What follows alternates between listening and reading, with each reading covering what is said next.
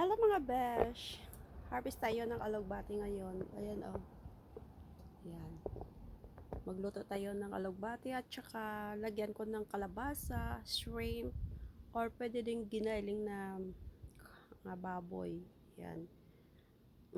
Yan. Pwede yun. Or shrimp, okay na rin. Ayan. Tsaka lagyan ko din ng talong. Marami pa kaming talong dito. Ayan.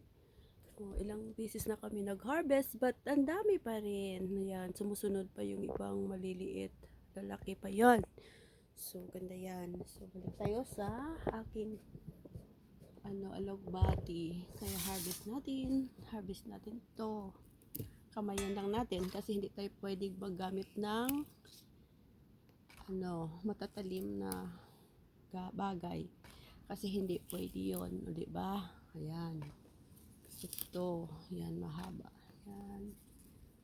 Yan, ginamitan ko sana ng scissor, but I realized na hindi pala pwede, kaya inulit ko. Actually, marami na akong kuha dito, oh. Yan. So, yan. So, harvest pa natin to. Ayan. Ayan. Dami, diba? Yun. Laki ng dahon nito. Tsaka haba, marami pang sunod. Yan.